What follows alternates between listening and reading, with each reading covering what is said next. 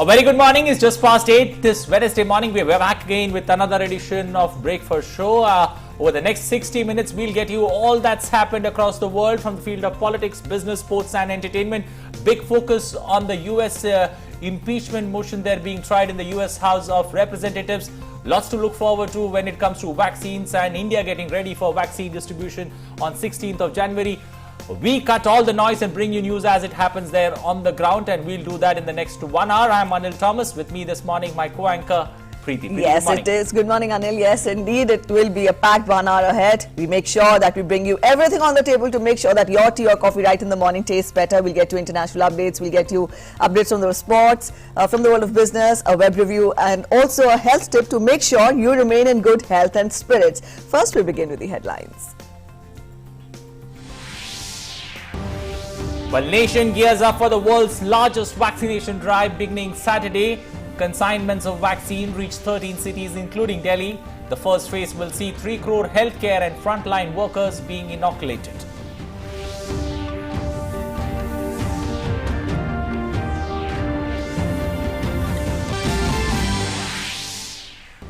India continues to strengthen its position in its fight against COVID-19. Country records lowest new cases in several months with 12,584 new positive cases in the last 24 hours. No addition for the new UK strain in the last 24 hours. Health Ministry says both Covaxin and Covishield are completely safe, effective and pocket-friendly.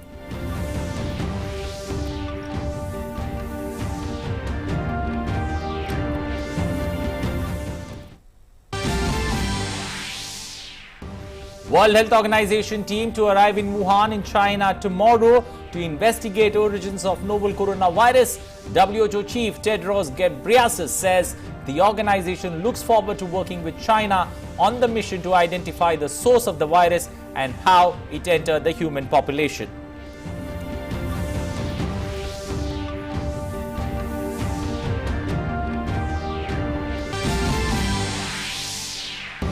External Affairs Minister Dr. Jaishankar says India has always been at the forefront of global counter-terrorism efforts. Speaking at a UNSC forum, the minister says there are other states that are clearly guilty of aiding and supporting terrorism and will fully provide financial assistance and safe havens.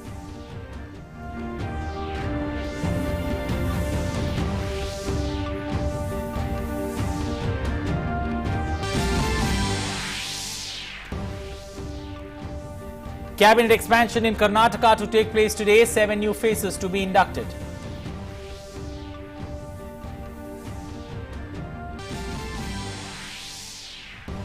US Vice President Mike Pence rejects invoking of the amendment to oust Donald Trump. Voting to be held in Democratic-controlled US House of Representatives on invoking the 25th Amendment of the US Constitution to remove President Trump from power after his supporters stormed the Capitol. Federal Bureau of Investigation opens 160 case files in the incident at the US Capitol by rioters last week.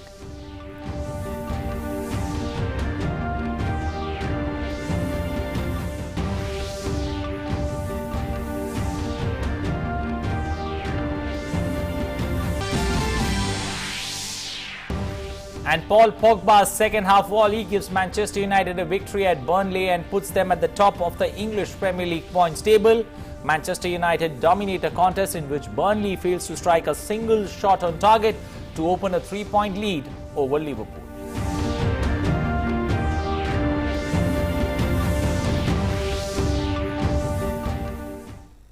Well, those are the headlines at 8. Let's now begin by taking a look at the top story that's coming from the American US House of Representatives. Yes, US Vice President Mike Pence has rejected invoking of the amendment to oust Donald Trump. Vice President Mike Pence writes to House of Representatives Speaker Nancy Pelosi that he is opposed to invoking the 25th Amendment to remove President Donald Trump from office. Voting to take place in the Democratic-controlled US House of Representatives to invoke the 25th Amendment of the US Constitution to remove President Donald Trump from power after his supporters stormed the Capitol. The House is taking up the issue and discussion is underway. Gas station, you get out and you create a crowd and you push back on them and you tell them they're not welcome here. They're not welcome anymore anywhere.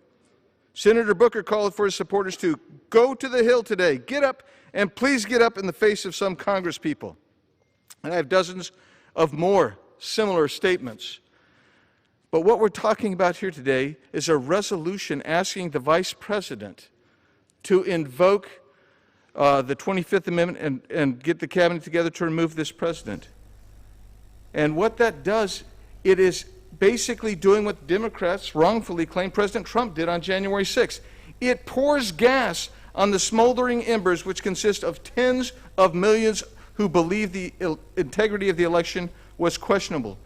They feel disenfranchised, and quite frankly, they are more angry than aggrieved. Some believe that by doing this, it's going to be healing. I heard this gentleman say this in the Rules Committee, that doing this today would be healing. And yet the Vice President said he's not going to do that. And if this resolution is to ask the Vice President to invoke this 25th Amendment, the gentleman has an additional 30 seconds. Thank you. If this is what the purpose of this is, to ask the Vice President, then the purpose is now null. But I suggest to you, it would appear like, if we're going to proceed on, even after you've received the answer that you're seeking, and it's disapprobation of your idea, that the only thing that could be left is to pour gas on a fire. And I'm asking that cooler heads prevail here. This is not necessary. Don't let this get in the way. And just to parrot the last speaker, I'm asking friends across the aisle, don't do this thing. The gentleman from Ohio, do you reserve? Reserve. The gentleman reserves. The gentleman from Maryland. Mr. Speaker, the gentleman reasonably poses the question, why are we doing this? We think that the President of the United States constitutes a clear and present danger to the Republic and to our people. For example, on the white supremacist websites that helped to build the president's mob, they are now calling for a return engagement on the days of January 19th and 20. They are calling again for an attack on the Capitol, and they're calling again for the state legislatures now in 50 states to be surrounded. What will the attitude be of the President of the United States? Will he give them aid and comfort? Will he wink at them? Will he send them positive tweets and messages calling them patriots? Also on extreme right-wing websites, they are calling for the president to pardon the organizers of the armed, violent insurrection that took place in this body not even a week ago. And what if the president decides to pardon them? We know this president is not living up to the most minimal duties of his office. That's why we are doing this, to protect the public. And by the way, we're not telling the vice president what he must do. We have no authority to do that. We're telling him what he thinks he should do, and that the Congress will be with him, because we know that he has come under extreme right-wing pressure on everything from the counting of the electoral college votes to his positions on a whole range of things to go along with Donald Trump. So we are trying to counterbalance that attack on him from the right to say the people want to see a peaceful way through this. With that, I will recognize Ms. Jackson-Lee for 1 minute. The gentlelady from Texas, Ms. Jackson-Lee, is recognized. Accountability comes before healing, but healing should come. If we look at the Constitution, we will clearly see that Mr. Raskin's resolution fits the language: an inability to be able to discharge your duties, to exercise the laws carefully. Do you consider these words from the President of the United States to insurrectionists and terrorists to walk down to the Capitol, tells the President, telling them if you don't fight like hell, you're not going to have a country anymore? And that is the attack that the domestic terrorists made on this place. All we're asking the Vice President through this resolution is to reflect on that and to call upon the 25th Amendment to convene the cabinet to begin the healing, because the President of the United States is dangerous to the American people. That is why we're on the floor today. We hope that he will have an opportunity to reflect, because the Constitution says in many places that the actions of this president is dangerous. People have died. We have lost 2 police officers. Others are in the hospital. And yes, it was an insurrection. It is time to pass H-Res 21. I yield back. Gentlelady's time has expired. The gentleman from Maryland, do you reserve? Yes. The gentleman reserves. The gentleman from Ohio. Thank you, Mr. Speaker. I yield 1 minute to the gentlelady from Georgia. The gentlelady from Georgia is recognized for 1 minute. Mr. Speaker, I'd like to quote the President of the United States. I know that everyone here will soon be marching over to the Capitol building to peacefully and patriotically make your voices heard. Go home with peace, with love, and in peace. Remember this day forever. President Donald Trump, I condemn this violence. Republicans have condemned this violence. President Trump has condemned this violence. But elected Democrats over the past year have promoted violence, have supported it. They fund it on their Act Blue fundraising platform, and there has been billions of damage caused over this past year in riots all over this country. You know how many companies... Well, live visuals there from the U.S. House of Representatives, where discussion is on in the U.S. Congress with regards to invoking the 25th Amendment, as of which the U.S. President can be impeached. Serious discussions going on, both parties, they're pro and con, Democrats as well, Republicans, putting their points forward, especially when it comes to invoking the 25th Amendment. Well, staying with that story, the U.S. Federal Bureau of Investigations, that's the FBI, has opened 160 case files in its investigation of the storming of the U.S. Capitol by rioters supporting President Donald Trump last week. The Assistant Director in charge of the field office, Stephen DeConto, has told a media briefing that the FBI had received 1 lakh videos and pictures as tips, on the basis of which these case files have been opened. U.S. Acting Attorney Michael Chauvin said that 70 cases have already been charged, and he expects that would grow into hundreds. So of those 170 cases that have already been opened, and I anticipate that's going to grow to the hundreds in the next coming weeks, we've already charged over 70 cases. And again, that number I suspect is going to grow into the hundreds. But what the public isn't familiar with is that the FBI, working with the U.S. Attorney's offices across the country, and the crux of those being in D.C., we're looking at significant felony cases tied to sedition and conspiracy. Meanwhile, the U.S. Federal Bureau of Investigation has arrested a person in New York City in connection with last week's storming of the Capitol by supporters of President Donald Trump. An FBI spokeswoman said agents arrested Aaron Mostofsky, whose multiple news outlets identified as the son of New York Supreme Court Judge Shlomo Mostofsky. Mostofsky's presence at the U.S. Capitol was cited in an article by the New York Post, which identified him as the judge's son. The article also featured a video of Mostofsky dressed in a fur costume at the Capitol. In a criminal complaint on Tuesday, the Justice Department charged Mostofsky with theft of government property, unlawful entry, knowingly impeding government business, and disorderly conduct. He's scheduled to make a virtual appearance in a federal court in Brooklyn. All right, to get us more on that, our correspondent Abhishek Jha is joining us. Abhishek, U.S. Vice President Mike Pence has rejected invoking of the amendment to oust Donald Trump. Now, this is happening, this turmoil in the U.S. is happening just 9 days before he leaves office. What next to be expected?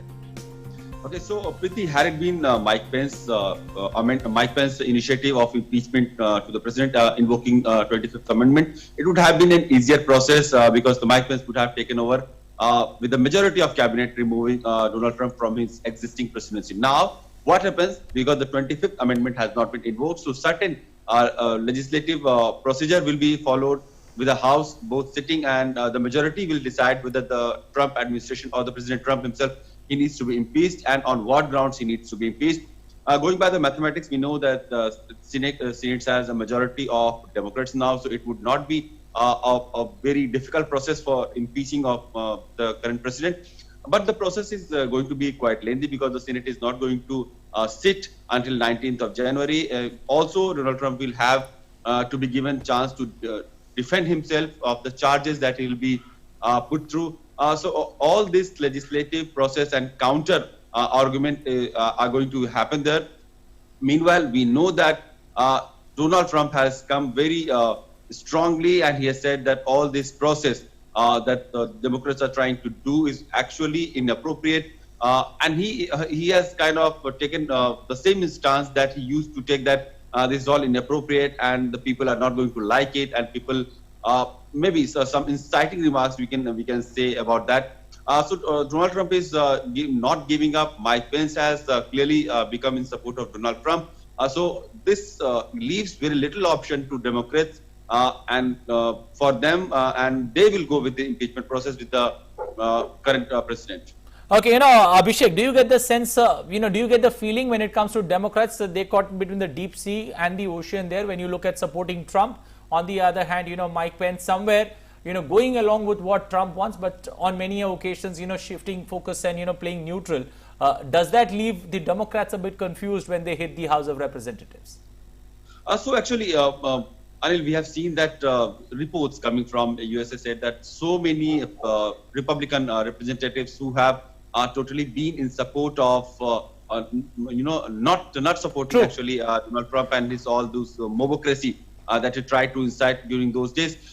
They have also tried to swing in favor of now the current president, Mike Pence, who himself did not succumb to the pressure of Donald Trump by of rejecting the certification process of presidency of Joe Biden.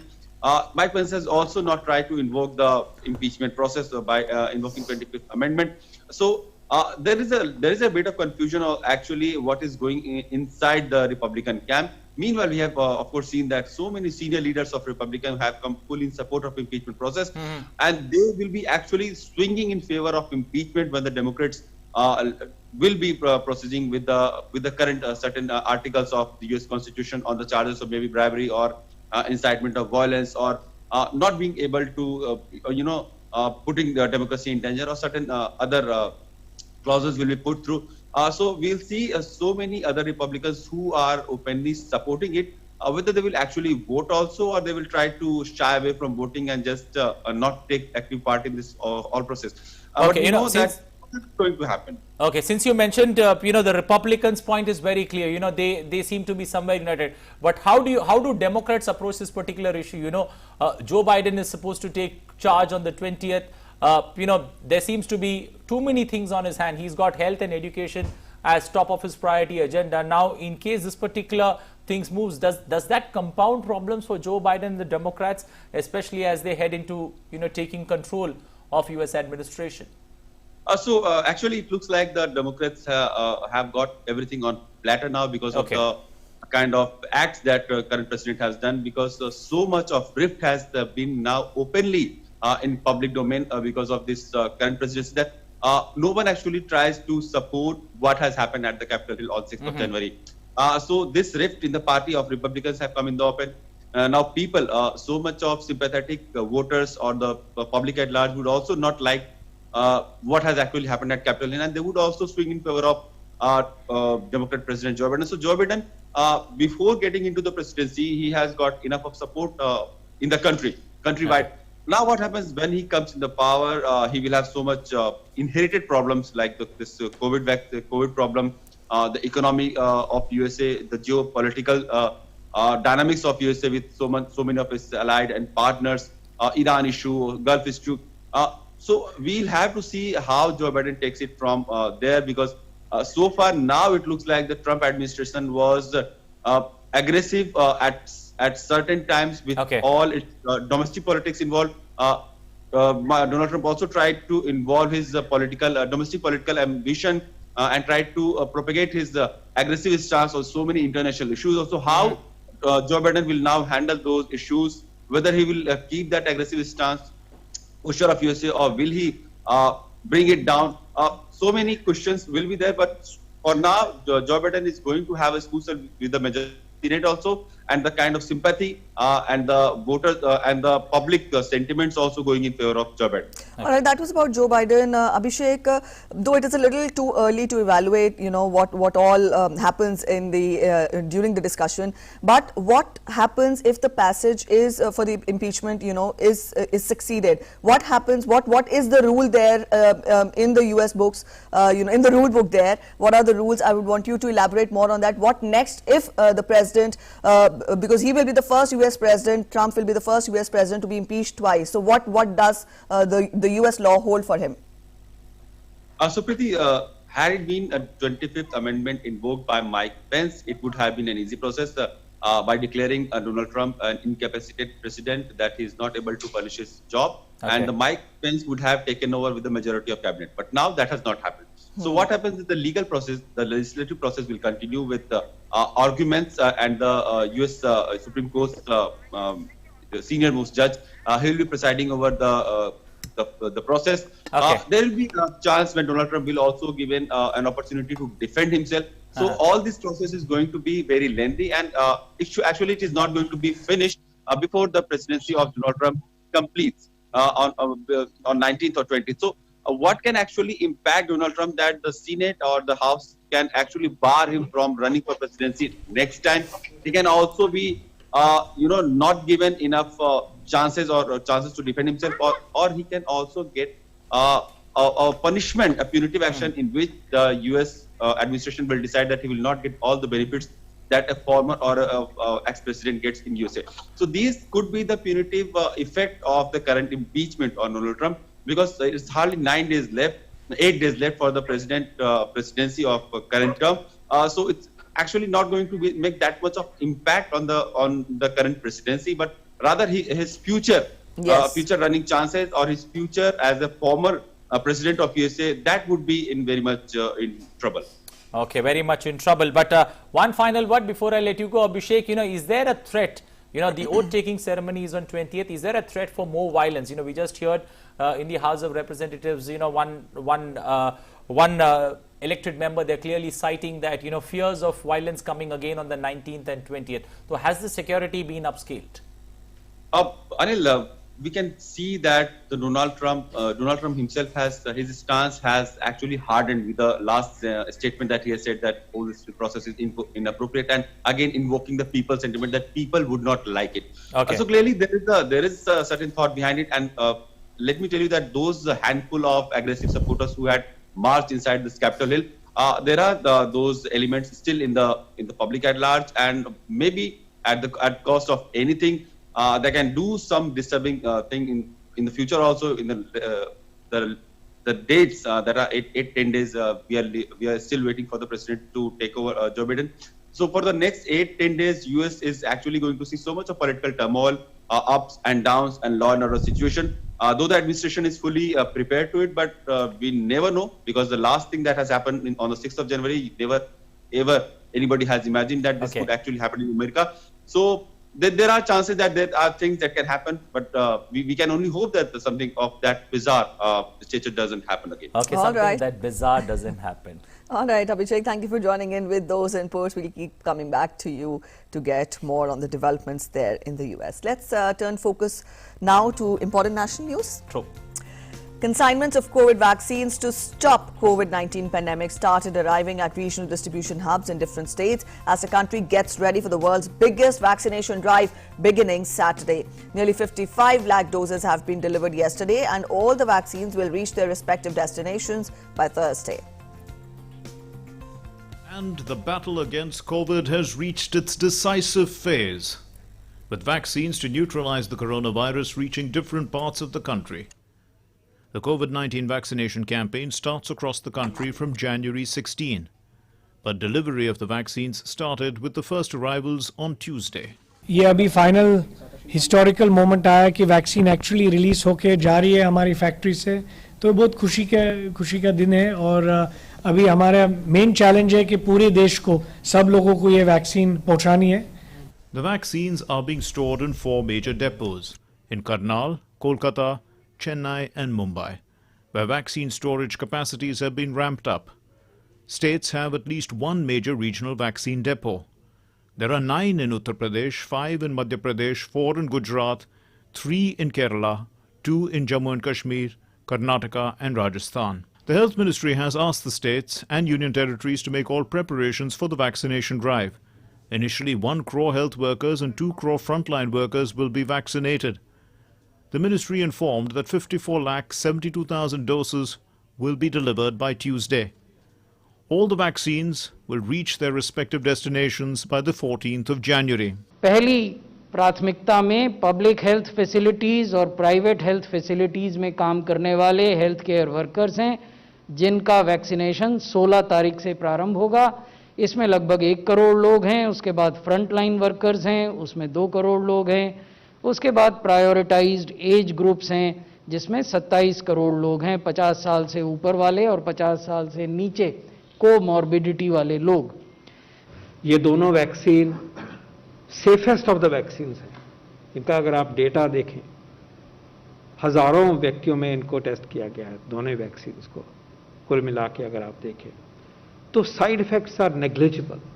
और किसी भी जितने भी vaccine हैं हमारे tetanus टॉक्सर से लेके hepatitis तक, तो उनके साथ भी अगर आप कंपेयर करेंगे तो ये उनमें कम से कम साइड इफेक्ट्स वाले, एडवर्स इफेक्ट वाले वैक्सीन हैं।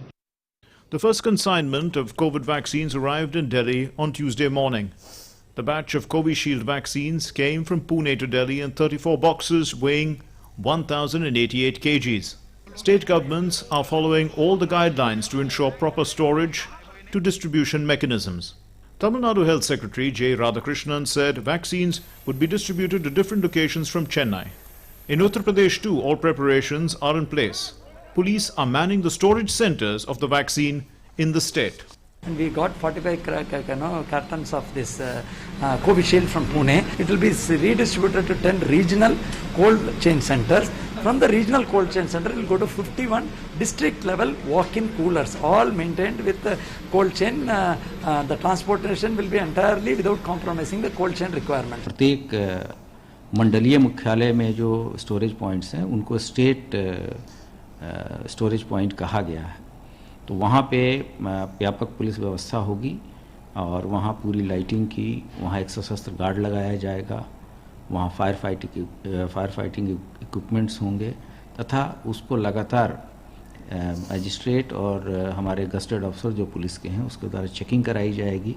Meanwhile, External Affairs Minister S. Jaishankar said that the situation will become clear in the next few weeks regarding export of the vaccines. We beyond sympathetic.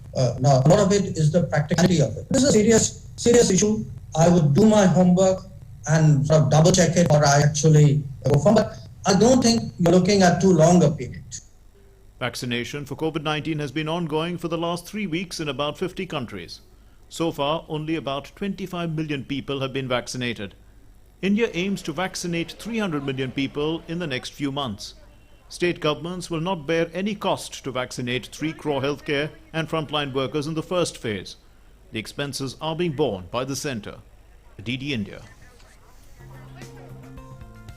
Well, in its fight against COVID-19, India has crossed a crucial milestone with the daily new cases touching a new low in the last 24 hours. Lowest daily caseload of 12,584 cases being recorded in 7 months.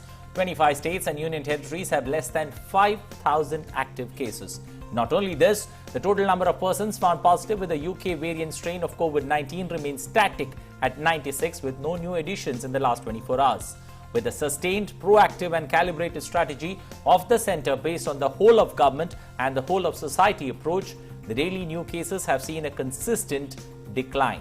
This has ensured a steady fall in daily fatalities too, with 167 daily deaths recorded in the last 24 hours. But for more on the story, especially when it comes to the vaccine preparations that's beginning this Saturday, joining us is Tapas Bhattacharya. Tapas, good morning. Tapas, give us a sense, now, the first phase of vaccination, 3 crore people, health workers will be vaccinated. But is there a choice that these healthcare workers or these frontline warriors, especially when it comes to choosing between Covaxin and the other vaccine, Covishield, or do they need to go with, whatever has been decided? No, there will no. The first thing is that there is no choice that they can offer one vaccine or the other. It will be decided by the government. And as of now, I can tell you that tomorrow is 14th is the day. By what time all the vaccines by Serum Institute or as well for Prasadbhatt should reach all the states and the union territories. In fact, Covishield that is developed by the Serum Institute will be 1.1 crore doses that will reach all the states and union territories, as well as 55 lakh doses from the Prasadbhatt that will reach the states and union territories. So overall, these particular vaccine doses will reach by tomorrow all the states and union territories, and by 16th the largest vaccination drive against COVID-19 will be kicked off. So in that sense, this is a huge news coming in.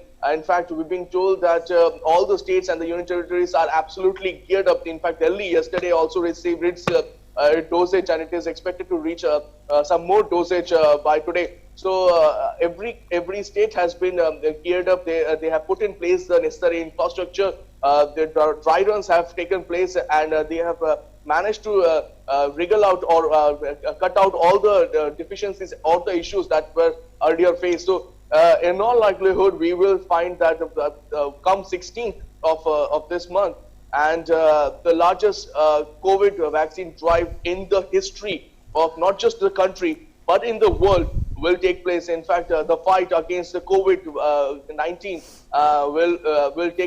will reach a crescendo in that manner. All right, Tapas, we've also told our viewers that the first consignment of COVID vaccine, that is Covishield, reached Delhi from Pune in 34 boxes, weighing around 1,088 kgs. Let us know an update on Bharat Biotech's Covaxin also. When is it expected to reach Delhi?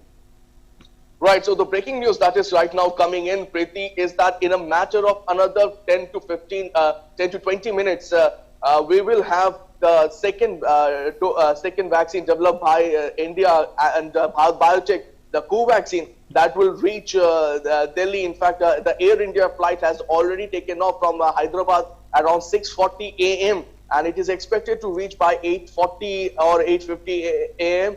And we will get more details out of it, where how many dosage, how many vials have been shipped by the Bharat Biotech for Delhi. But the process has started, and we can tell our viewers, this is the breaking coming in from Doordarshan, that Bharat Biotech's developed vaccine, Covaxin, is going to reach Delhi in another few minutes from now on. And Delhiites will have some more reason, the country will have some more reasons to cheer. In fact, as I said, the 6:40 a.m. the Air India flight has taken off from Hyderabad. Around 8:40, there will be another flight of Vistara that will take off from Hyderabad, which will also carry some more dosage of the Covaxin. So 2 flights as of now, we've been told by the authorities right now that they will be taking off from Hyderabad with the consignment of Covaxin, and necessary precaution, necessary infrastructure have also been put in place in Delhi, especially in the cargo terminal where these vaccines will be kept for movement. And the authorities, especially the police, have also decided to put a security cordon over the particular area, and they will be escorting the vaccine out of the airport cargo terminal.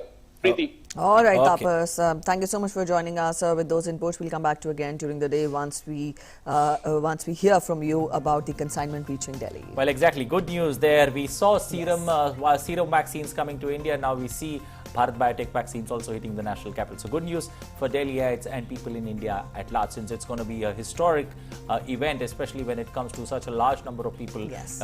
Close to 3 crore people in the first phase and close to 30 crore people in the first 6 months. So huge things to look forward to, especially when it comes to vaccination. 16th January is the big day. Yes, 16th January, the big day that one needs to look forward to. All right, up next we'll get you update on bird flu now. Let's get you an update on its status. Additional cases of avian influenza have been confirmed among dead crows in Junjunu district of Rajasthan, in a zoological park, Kanpur in Uttar Pradesh, and in Kangra district of Himachal Pradesh. Also, confirmation of avian influenza in poultry sample from Jhabua district of Madhya Pradesh was also received yesterday from National Institute of High Security Animal Diseases in Bhopal. In view of the situation, the Department of Animal Husbandry and Dairying has issued advisory on testing protocol to states, encouraging them to undertake screening at the state level, ensuring suitable biosecure facilities. A central team has also been deputed to visit Maharashtra and Gujarat to monitor the epicenters of the outbreak of the influenza in those states. Constant efforts to generate awareness about avian influenza and how to deal with the situation is also being shared among the general public through various media platforms, including social media platforms like Twitter. States are advised to maintain sufficient stock of PPE kits and accessories required for culling operations.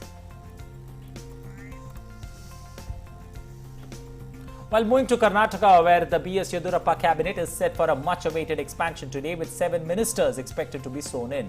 The 34-member Karnataka cabinet has 7 vacancies, which will get ministers today after B.S. Yedurappa held discussions with the BJP top brass in the national capital.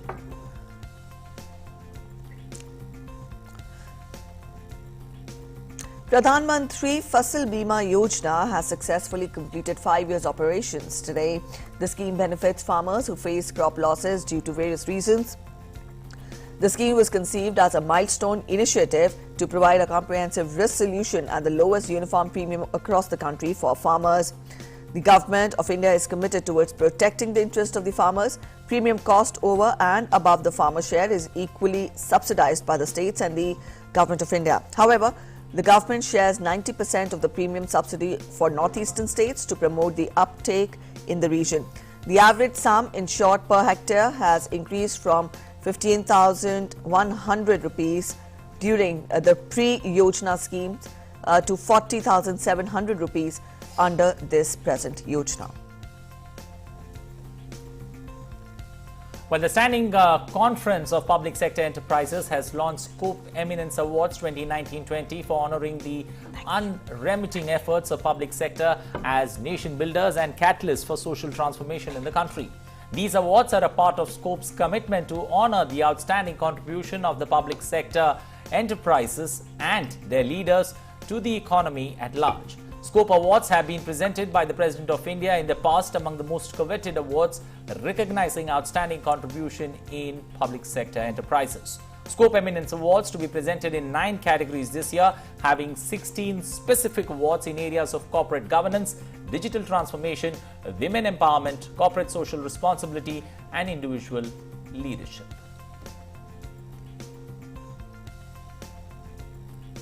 And Lohri, the harvest festival of northern India, is being celebrated today. The harvest festival is especially celebrated with much enthusiasm in Punjab and its adjoining regions in northern India. President Ramnath Kovind extended greetings to the countrymen on the occasion of the festival of Lohri today and Makar Sankranti, Pongal, Bhogali, Bihu, Uttarayan and Posh Parva tomorrow. The President in his message said, and I quote him, "On the occasion of Lohri, Makar Sankranti, Pongal, Bhogali Bihu, Uttarayan and Paush Parva, I extend my greetings and best wishes to all the fellow citizens living in India and abroad." He further said that these festivals are celebrated in different forms throughout India, but they all are associated with joy and gaiety relating to harvesting of new crops. People celebrate the festivals with sacred bath, special offerings, charity and rituals. He said that farming and farmers have contributed immensely to the progress and development of the country. And these festivals are an opportunity for the countrymen to honor the relentless hard work of our farmers. Well, the first ice climbing festival, which was organized in Nubra Valley of Jammu Kashmir's Leh, concluded on Tuesday. The 7-day-long festival was organized by the Nubra Adventure Club. A total of 18 people participated in the festival, out of which 4 were women. The festival was organized to boost terrorism. I beg your pardon, to boost tourism in the region.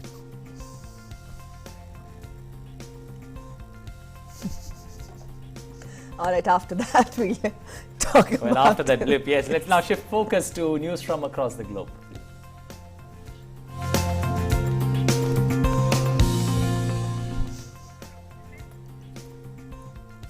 External Affairs Minister Dr. S. Jaishankar on Tuesday hit out at countries aiding and abetting terrorism and also providing terrorist financial assistance and safe havens. The External Affairs Minister was speaking at a United Nations Security Council open debate which centered on the topic threats to international peace and security caused by terrorist acts. The minister also proposed an 8-point action plan at the council to address the menace of terrorism. For the UN system to credibly address the menace of terrorism and ensure effective action, I would like to propose 8 points that could, in a way, be an action plan. We must all summon the political will to unhesitatingly combat terrorism. There must be no ifs and buts in this fight. Nor should we allow terrorism to be justified or terrorists glorified. All member states must fulfill their obligations enshrined in international counterterrorism instruments, and conventions. We must not countenance double standards in this battle. Terrorists are terrorists. There is no good or bad distinction. Those who propagate this only have an agenda, and those who cover up for them are just as culpable. Well, as part of the proposed plan, the External Affairs Minister asked for an objective process for listing and delisting of individuals and entities under the UN sanctions and put forward the need for decoupling it from political or religious considerations. We must firmly discourage exclusivist thinking that divides the world and harms our social fabric. Such approaches facilitate radicalization and recruitment by breeding fear, mistrust, and hatred among different communities. Enlisting and delisting individuals and entities under the UN sanctions regime must be done objectively, not for political or religious considerations. Proposals in this regard merit due examination before circulation.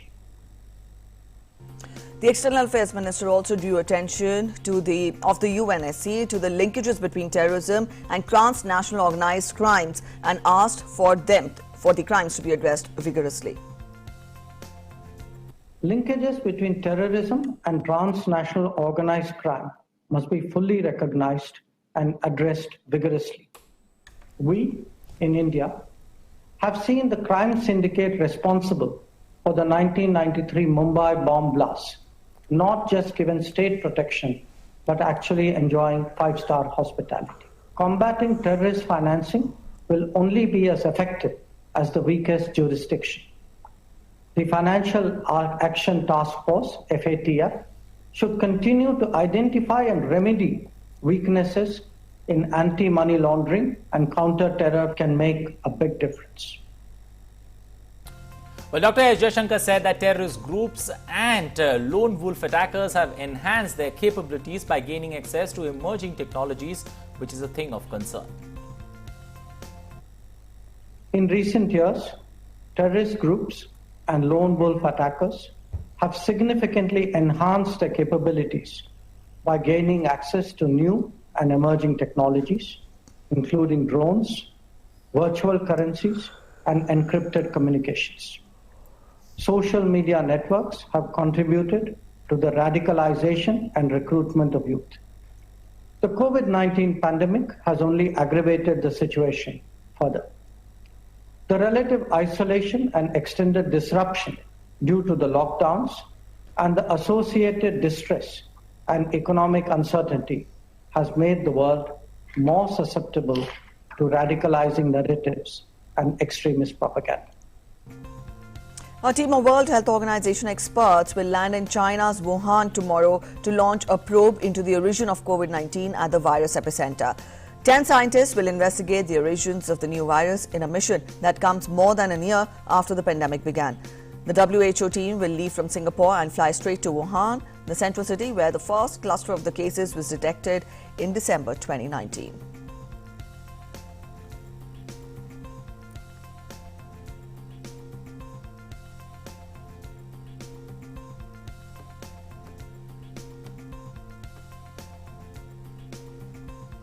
All right, for more on this, we're joined in by prasadbhatt, special correspondent Anshuman Mishra from Beijing. Anshuman, we've told our viewers that the WHO team will be landing tomorrow in Wuhan to assess and to evaluate what were the reasons behind the outbreak of COVID-19 pandemic in December 2019. You spell out more details on that first. Preeti, as of now, Chinese Foreign Ministry and other Chinese officials like National Health Commission and all, they are releasing any official information in a very piecemeal manner, in a timely manner, but not the full information at the time. So till now, we have only come to know that the WHO team will go to Wuhan, which was a matter of speculation for quite some time, whether they will be allowed to go to Wuhan or not, even though WHO always wanted to send a team to Wuhan. So that one thing is confirmed. Rest other things, we are still waiting for any official confirmation whether there will be any quarantine requirement, and if it is, in how many days and what will be their itinerary, how long they will stay here. But Chinese Foreign Ministry has said that they will conduct a joint research along with the Chinese scientists. They have already done some groundwork and some data which will be shared with them. And China has also maintained on the fact that it will be a global origin tracing effort, which means that, as China has been saying, that there might be a need to conduct origin tracing effort in some other parts of the world also, in addition to Wuhan and other cities of China. Okay, so it's still in the flux how the situation turns out to be and what actually a WHO team gets here. Okay, we'll leave it there. Thank you and appreciate you joining us this morning with those updates there, especially on the WHO team visiting China and the city of Wuhan when it comes to finding out the origins on how this particular pandemic spread not only in China but also to the rest of the world. Well, moving on to our next story, what are we looking at? We're looking at some breaking news that's coming in. Covaxin being brought to Delhi from Hyderabad. We heard about it a little while ago, the first consignment of Covaxin by Bharat Biotech on way to Delhi. It left from Hyderabad at around 6:40, so it's arrived. The consignment from the second company there, we saw Serum Institute vaccine already reaching Covishield and Covaxin by Bharat Biotech also coming to Delhi. We've got our correspondent back on the line with us. Let's go across live to him and get you more updates on that particular story. All right, Tapas, the first consignment of Covaxin by Bharat Biotech has reached Delhi. Spell out more details on that. We're awaiting still the details. We've been told that more than 20,000 vials are expected, but exactly how many vials, what is the status of the particular consignment, we still do not know. We are awaiting from my sources in both Bharat Biotech as well as from the Delhi airport to confirm on those on the same line. Having said that, this is the first of the flight that has come, and this is the Air India flight. We expect at around 10:40, 10:50, the second flight, which is the Air Vistara flight, that is going to come with a second consignment of the vaccine from Bharat Biotech from Hyderabad airport. So we are awaiting all those information as of now. What I can tell you is that there are two things that are for sure. The first flight has come. The second flight is expected to come in around 10:40, 10:50. And this is the first time Delhi will be getting the second COVID vaccine. Remember, yesterday Serum Institute sent the first consignment, and we are being told that as of now 1.1 lakh vaccine doses from Serum Institute and 56 lakh doses from the Bharat Biotech that will reach the union territories as well as states in the next couple of days. In fact, till 14th, till tomorrow. All these vaccine doses should reach the states and union territories because from 16th, the huge vaccine drive that the union government as well as the states are going to start. So because of that, you required 1.1 lakh from 1.1 crore from Covishield vaccine and 56 lakh from Covaxin vaccines that will be delivered by today and tomorrow evening. Okay. All right, Tapas, very quickly also, that brings us to the next, question. Let us know, is the stage all set when we talk of the preparations, when we talk of, the groundwork which has been done all through these months, because with the vaccines reaching and the vaccination process being rolled out from 16th of January, the fight against COVID-19 is on a very decisive stage. Absolutely, you're bang on there, Preeti, that the fight is definitely on a decisive stage, and from 16th onward, that the day 16th of January will go down in the history of not just India but the whole world and the whole mankind as a turning point, because for a country like India where 1.4 billion population resides, it is imperative that vaccine dosage are built exclusively by the country and deliver will be rolled out, and in that sense this is a huge momentous occasion for the country. Now, having said that, the government has set up some plans. So for instance, for every state the cold chain facility has been developed. Remember, all these particular vaccines required a cold chain facility, although it doesn't require that kind of a huge kind of COVID cold storage facility, like the way Pfizer vaccine required at around minus 70 degrees, but they do require a cold chain facility,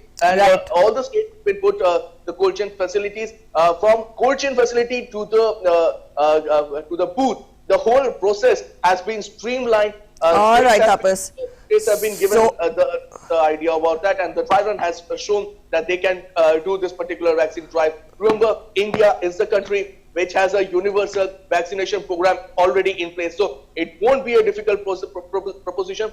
But what is required is absolute fight this particular menace that we have to remove. That's one of the reasons why this is going to be an. All right, it will not be difficult to roll out the vaccination program, Tapas. Thank you so much for joining us. On that note of positivity, we'll end this conversation here. And that was our correspondent, Tapas, spelling out more details on the batch, the first consignment of Covaxin by Bharat Biotech, which has reached Delhi. We'll keep you updated. Up next, very quickly, we'll take a look at the global updates on COVID-19. The virus continues to loom around the world, infecting over 9,19,68,780 people, while the number of recoveries have been quoted above 6,57,80,640. COVID-19 has claimed more than 19,68,000 lives worldwide. The virus continues to affect the US the most, with over 2,33,54,970 cases and fatalities standing above 3,89,370. Brazil, where 2,47,000 people have died owing to the virus, ranks second in the terms of death toll.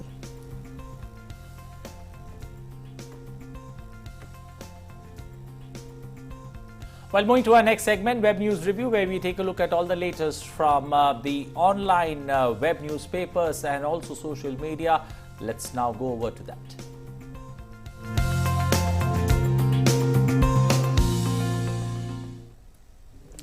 Very good morning, Anil and Preeti, and a lot of stories have been making the headlines, and the first story that we have taken in this segment is from the Hindu, and the headline says the electric vehicle major Tesla gets an India address.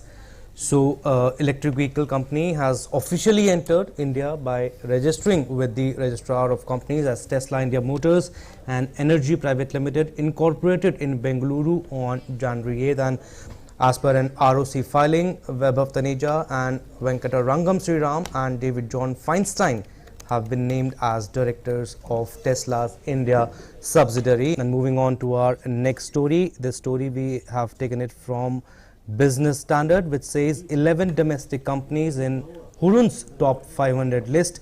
India is ranked 10th. So total 11 private Indian firms have made it to the list of 500 most valuable companies across the world, and the country is ranked 10th on the chart according to a report, and the total value of these 11 companies grew 14% and has been pegged at $805 billion, or nearly a third of the Indian GDP. And not to forget, all these companies in the list of non-state enterprises have gained in value during 2020, and also Mukesh Ambani led Reliance Industries leads among the local enterprises with a 20.5% jump in valuation to $168.8 billion as of December 1st, and is ranked 54th globally as per the list. And moving on to our third story now in this segment, it is BJP leader Nitin Gadkari launches India's first eco-friendly, non-toxic cow dung paint. We have taken this story from Money Control, and talking about the story, the Khadi and Village Industries Commission launched an eco-friendly and non-toxic paint with antibacterial properties on January 12th, and it was launched by Union Minister for Road Transport and Highways and Micro, Small and Medium Enterprises Nitin Gadkari. So it is a step towards Atmanirbhar Bharat and also promoting vocal for local. And also KVIC has described the Khadi Prakritik paint as India's first cow dung paint. And next story, we have taken this story from the sports segment now. We have taken this from India Today website, which says BCCI Apex Council meeting will be held on January 17th, and the Ranji Trophy, this is important, Ranji Trophy, Women's Domestic Cricket and FTP 2023 to 31 is on agenda, and a curtailed Ranji Trophy, which is extension of window for Indian Premier League in the Future Tours program 2023 to 31, and women's domestic cricket will dominate the agenda at the Board of Control for Cricket in India Apex Council meeting, which is scheduled to be held on January 17th. And it also says that unlike the annual general meeting held last month, the upcoming meeting on January 17th will be held virtually. And BCCI is looking at a curtailed domestic season from February, and it's likely to be held in the same 6 bio bubbles that were created for the ongoing Syed Mushtaq Ali Trophy. And the domestic cricket will dominate the agenda, and a call will be taken on junior and women's categories as well. And it also said that the league phase of Ranji Trophy will be held before IPL 2021. This is important, which is scheduled to start in April, while the knockout stages and the final rounds will be held after the T20 tournament, which is the Indian Premier League. So these are the important stories that we have taken in this segment. Over to you, Anil and Preeti. All right, so that was Abhishek joining us with the web review this morning. Well, moving on to our next segment, that's weather. Let's take a look at the satellite image and also weather in your city.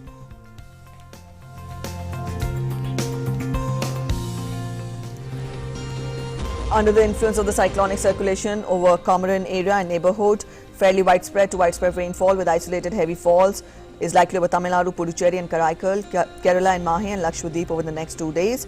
And also isolated heavy to very heavy rainfall is likely again over Tamil Nadu, Puducherry and Karaikal today. Added to that, when we talk of northwest India, during the next 3 to 4 days, cold and severe cold wave conditions will be prevalent in Punjab, Haryana, Chandigarh and Delhi, Uttar Pradesh and Uttarakhand over the next 2 to 3 days. Also, cold wave conditions are to be prevalent in Punjab, Haryana, Chandigarh and Delhi, and also ground frost will be witnessed over South Punjab, Haryana and Chandigarh and North Rajasthan during the next 2 days. Dense to very dense fog conditions are also likely over northwest India during the next 4 to 5 days. And now we take a look at the temperatures across major cities of the country.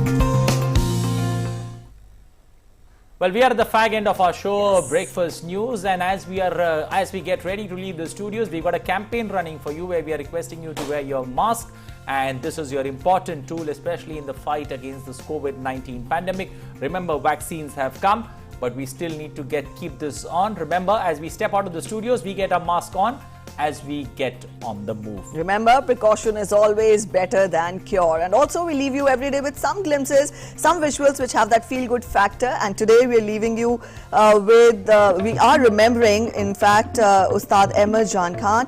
It is his death anniversary today, and he was conferred with Padma Bhushan for his contribution to Indian classical music. And we are leaving you today with the beautiful rendition of his talent. And let's take a look at the music which he was prolific at. And on that note, we'll end this bulletin here. Thanks for watching Breakfast Show. Bye-bye.